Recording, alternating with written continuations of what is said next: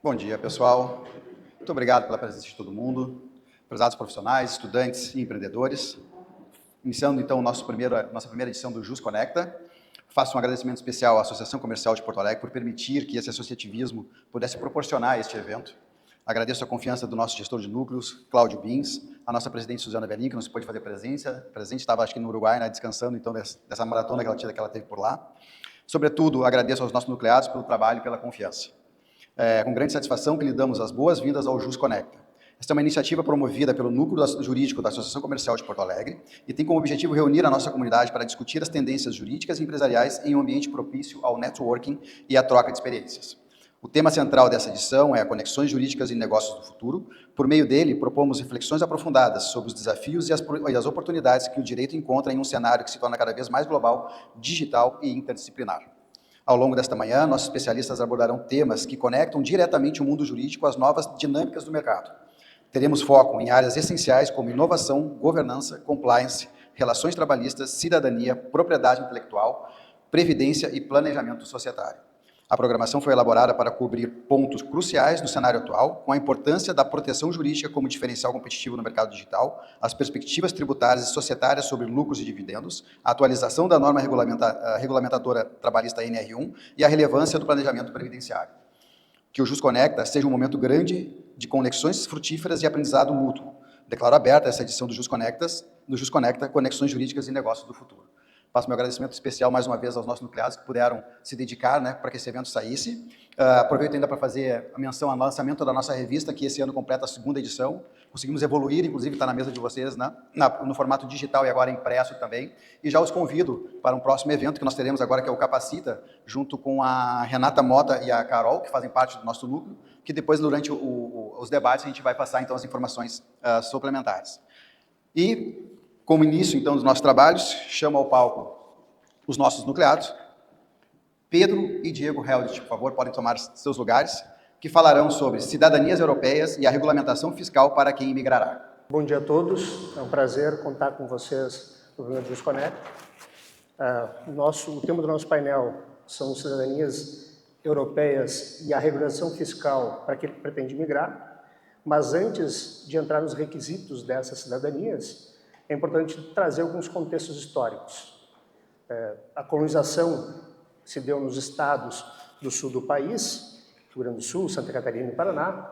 Ela se deve, em grande medida, à chegada dos alemães e dos italianos, mas também contou com a vinda de poloneses, espanhóis e portugueses.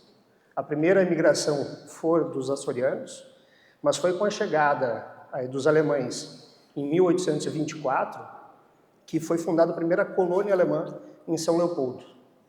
Então, vieram, depois dessa primeira migração, diversas embarcações chegando nos nossos portos, vindos desses mesmos países, vindos desses mesmos países, e eles tinham em comum, em sua maioria, um contexto de dificuldades nos seus países, porque a Europa ela passava por dificuldades alimentares, então escassez de comida, escassez de trabalho, e também eles sofriam com as perdas dos seus familiares, entes queridos, em função das guerras. Então vieram para o Brasil aqui, buscando uma nova vida, e em muitos casos vendendo tudo que tinham no seu país para vir para cá, e até mesmo com promessas vãs que o próprio Estado brasileiro, em acordo com os europeus, isso a Alemanha e a Itália, promovendo a ideia de um país onde se dariam terras, onde tudo que se plantava conseguia colher. Então vieram com essa expectativa. Chegando aqui, encontraram um outro cenário, bem diferente, onde tiveram que desbravar a mata, construir cidades, não havia estrutura alguma. Então, agora, trabalhando um pouquinho mais com o requisito de... Como eu não vou ter tempo para poder explanar sobre todos os requisitos das cidadanias, eu escolhi trazer alguns requisitos para as cidadanias alemã, italiana e portuguesa. Quando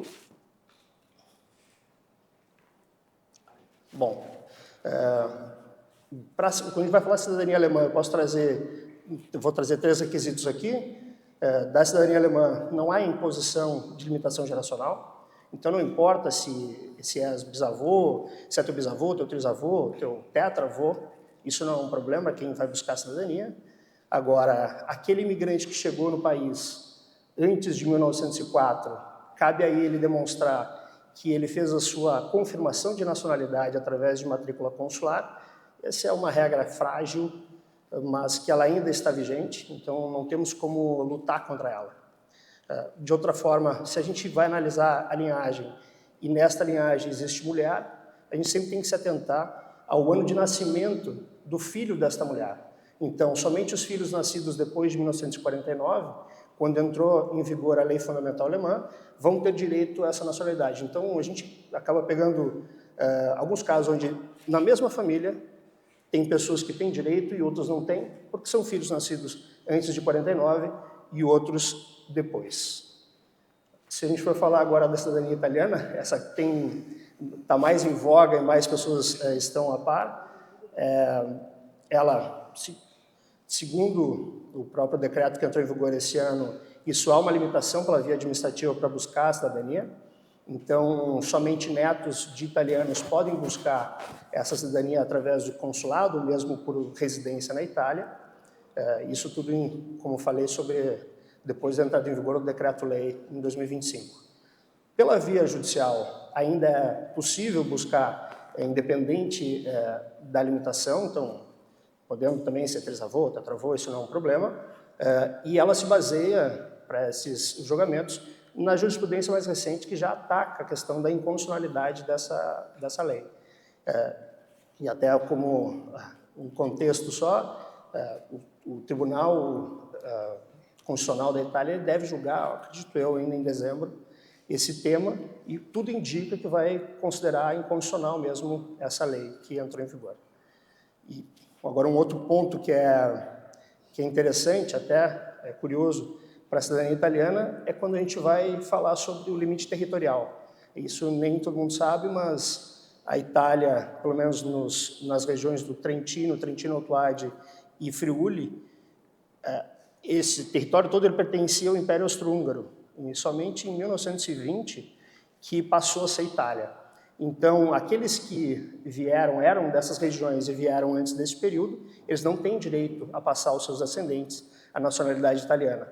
Então, esse é um tema que a gente tem que cuidar sempre para analisar desses requerentes, né? Até eu posso dizer, até eu coloquei no texto, estive nessa região e posso confirmar que a cultura austríaca ela é muito presente. Então, na culinária, na arquitetura e também quando a gente vai falar que as duas línguas são línguas oficiais, o italiano e o alemão, e até, de preferência, o alemão antes do italiano. Quando a gente aborda agora a cidadania portuguesa, essa sim, existe limitação geracional, somente netos de português podem buscar essa nacionalidade, e se bisneto for, primeiro ele tem que, o neto tem que buscar essa nacionalidade, e depois esse bisneto vai buscar como filho, então, do português ou da portuguesa. De outra forma, uma outra atenção que a gente tem que ter é com relação ao estado civil deste imigrante, para poder regularizar ele antes mesmo de solicitar essa nacionalidade. Então, se ele não era casado à época e só consta como um solteiro, deve ser regularizado isso junto à conservatória.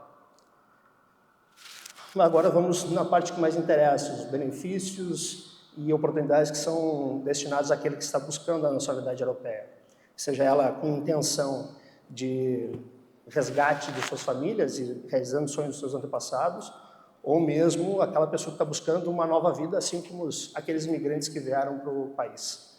Então, dentre desses benefícios, a liberdade de residir, trabalhar e estudar em qualquer um dos países da União Europeia, e concorrer a vagas de trabalho, mas como europeu, então facilitando a contratação para essas empresas que não precisam justificar essa contratação, ter facilitados acessos a vistos de turismo, obviamente não precisa de vistos de turismo para Estados Unidos e Canadá, e também facilitados vistos de trabalho e investimentos nesses dois países.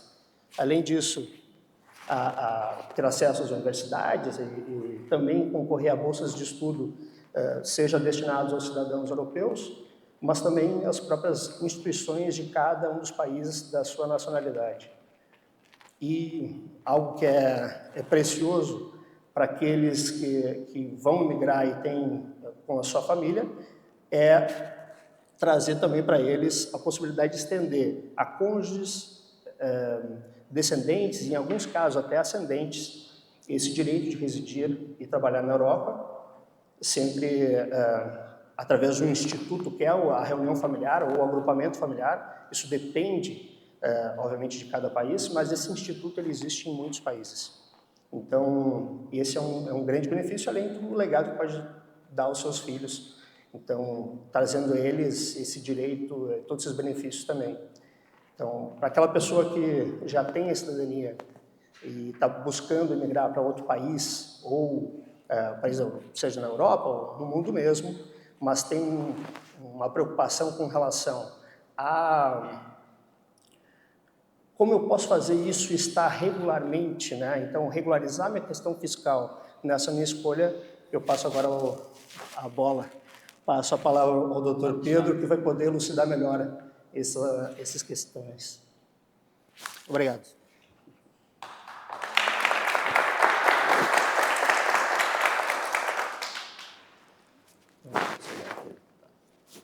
Bom dia a todos, prazer estar aqui, prazer fazer parte do Núcleo Jurídico, agradecer as pessoas que estão aqui, agradecer ao nosso diretor, Cláudio Bins, pela oportunidade da CPA. E é difícil falar um pouco depois do Diego, da parte legal, de saber toda a questão de ter os direitos, benefícios, e ter que falar da parte um pouco mais delicada, que é a questão fiscal de quem vai emigrar. Acredito que a maioria de nós deve conhecer uma pessoa que já foi morar em outro país. A minha irmã, por exemplo, mora no Canadá. E a pessoa vai para um outro país querendo começar uma nova vida, e pensa assim, eu saí do Brasil, não preciso mais me preocupar. Fisicamente, sim, mas na prática podem ter consequências que vão além da compreensão da pessoa, que tem que ser encerradas. Uma empresa hoje no Brasil ela é obrigada a ter um domicílio fiscal. Toda pessoa também tem um domicílio fiscal no Brasil, da mesma forma que uma empresa. Ela tem esse vínculo fiscal e até que se encerre esse vínculo fiscal, a pessoa vai ser considerada residente e vai ter que responder à questão da Receita Federal. E para isso, para encerrar esse ciclo e interromper, existe um ato que é relativamente simples, mas as consequências elas podem se estender para muito além do que a gente pode imaginar. E essa é a parte que eu venho a falar, que é a comunicação de saída definitiva do país. Todo cidadão brasileiro ele tem uma residência fiscal até que eu faça essa interrupção, que aí suspende a exigibilidade legal no Brasil. A declaração ela é feita no site da Receita Federal. Uma pessoa levaria em torno de meia hora, talvez 1 hora no máximo, exagerando, para conseguir fazer essa declaração. É algo que parece simples. Como eu disse, a pessoa vai para o país, vou para a Alemanha, vou para o Canadá, vou para qualquer outro país, não quero mais saber do Brasil. Mas até eu fazer esse ato, eu continuo sendo residente fiscal no Brasil e vou responder por isso. Então, a comunicação ela tem que ser feita após 12 meses ausente do país e até o fevereiro do ano seguinte. Exemplo, eu vou emigrar para o Canadá hoje, fecho 12 meses em novembro do ano que vem, em fevereiro de 2027 eu tenho que terminar a declaração para poder encerrar por completo o ciclo fiscal que eu tenho aqui no Brasil, que é justamente encerrar. A partir dessa comunicação, toda a renda que eu aferir, ela vai ser tributada apenas no país de origem, né? A não ser questões, por exemplo, como aluguéis de imóveis. E isso é muito importante a gente observar, porque nós temos o risco da omissão. A pessoa vai para o país, imigra para o país e esquece de encerrar esse ciclo. Ela pode ter problemas com o CPF, como, por exemplo, eu moro na Alemanha, mas eu tenho uma conta bancária, eu tenho questões aqui, eu posso ter problema com o CPF, eu posso ter problemas em renovação do meu passaporte, eu posso ter risco de bitributação e multas. O que é uma bitributação? Né? É quando a pessoa tem uma renda e um patrimônio e ela é tributada 2 vezes sobre o mesmo fato gerador. Então, eu vou ter um salário na Alemanha e eu vou pagar o imposto na Alemanha, eu vou ter que pagar no Brasil, vou ter que pagar na Austrália, vou ter que pagar no Brasil. E aqui é um caso que eu tive de um cliente que ele foi para a Austrália, ele começou a mandar regularmente valores para o Brasil, Quem olhava um extrato bancário achava que era um salário, porque eram valores similares mensalmente. A Receita Federal, todo ano, na época de declaração de imposto de renda, ela tem uma declaração pré-preenchida, que é o que a Receita espera minimamente que nós venhamos a declarar. E hoje as instituições financeiras, elas comunicam a declaração, né? Então, quando se entra lá, sabe-se exatamente o que você tem que declarar, pelo menos o mínimo. E ele foi intimado para prestar esclarecimentos, porque não fez a declaração, foi autuado, e aí nós tivemos que fazer uma defesa, e ele acabou tendo um prejuízo por um problema que ele poderia ter resolvido, como eu disse, em máximo 1 hora. Alguns acordos bilaterais permitem, né, que não haja esse tipo de situação. Um acordo bilateral é acordo firmado entre países que visam benefícios mútuos, trocas comerciais, pesquisas, a não imigração, segurança e não bitributação. Um acordo para título de conhecimento, né, ele é firmado pelo Executivo, hoje o nosso presidente Luiz Inácio Lula da Silva, submetido à aprovação do Congresso e depois aprovado e ratificado pelo presidente. O último acordo que nós temos de não bitributação que está prestes a ser ratificado vem com a Colômbia. Então, nesses acordos bilaterais, é possível fazer uma defesa e escapar, de repente, de uma tributação fora do país, se eu não fizer a declaração. Por isso, da importância de fazer esse ato. Como eu disse, é um ato que vai levar, exagerando, 1 hora, e a pessoa consegue escapar de qualquer tipo de problema fiscal. Existem países que possuem acordos de reciprocidade, que aí, nesse caso, a Receita, por exemplo, iria cobrar do valor da pessoa de imposto, mas como há essa reciprocidade, o valor que eu paguei lá fora pode ser batido, é o caso do Brasil e Estados Unidos que nós temos. Se eu não fiz a declaração, eu posso preencher em atraso? Sim, eu posso preencher em atraso, mas eu estou sujeito a multa e juros. E a multa, como eu disse no caso do meu cliente, ela pode ser bem salgada, tá? No Tribunal Administrativo da Receita Federal, esse tema ele já é sumulado. Então, a falta da declaração de rendimentos, ela sujeita a pessoa física a multa e a fração limitada de até 20% sobre o valor devido.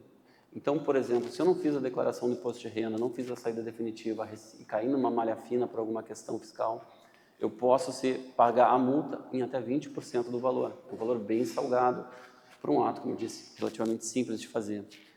Inclusive, há decisões recentes do CARF dizendo justamente isso, que é de 1% ao mês até 20% do valor. Então, a regularização fiscal, ela passa por um ato justamente simples de se fazer a declaração de saída para se interromper qualquer tipo de ciclo que exista e vínculo com o Brasil na questão fiscal. É a forma mais segura de se imigrar sem ter nenhum tipo de problema futuro quanto a questões envolvendo principalmente imposto de renda, porque quando dói no bolso, dói mais, né? Eu fiz esse painel e anunciei, uma colega me veio fazer uma pergunta sobre a Receita Federal criando impostos agora, em razão dessa situação para o próximo ano. A Receita Federal ela não pode criar imposto, ela não tem competência para criar nenhum tipo de imposto. O que ela tem é a fiscalização, e ela pretende alargar a fiscalização para contas internacionais, por exemplo, como o AISE. Então, movimentações financeiras que vão acontecer com o AISE vão ser informadas para a Receita Federal, e uma pessoa que mora fora do país e não fizer esse encerramento do ciclo fiscal, daqui a pouco pode sofrer uma intimação, ter que prestar esclarecimentos e até vir a ser multado e autuado. E a defesa é muito difícil, porque, como eu disse, já é simulado no Tribunal Administrativo e o Judiciário vai seguir, nesses casos, a declaração, a resolução do próprio CARF sobre a questão da obrigatoriedade da pessoa fazer a declaração de saída definitiva do país. Em resumo, é basicamente isso. Eu me coloco aqui à disposição, quero agradecer novamente a todos os presentes, quero agradecer ao Cláudio Bins, ao nosso coordenador, e aí me coloco aqui à disposição para, de repente, eventuais esclarecimentos. Obrigado.